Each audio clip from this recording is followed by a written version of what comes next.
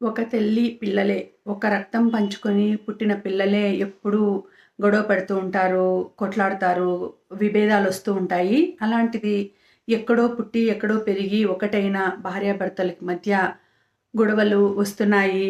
ఈ గొడవలకి మేము తట్టుకోలేకపోతున్నాము, మేము విడిపోతాము అనేసి చాలా తొందరపడి మాటలు మాట్లాడేస్తారు.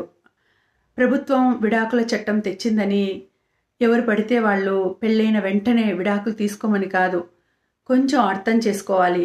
ఒక చోట పెరిగిన వాళ్ళకే కొన్ని కొన్ని విభేదాలు వచ్చేటప్పుడు ఎక్కడో పెరిగి ఎక్కడో పుట్టి పెరిగిన వాళ్ళకి కలిసి ఉన్నప్పుడు విభేదాలు వస్తాయి.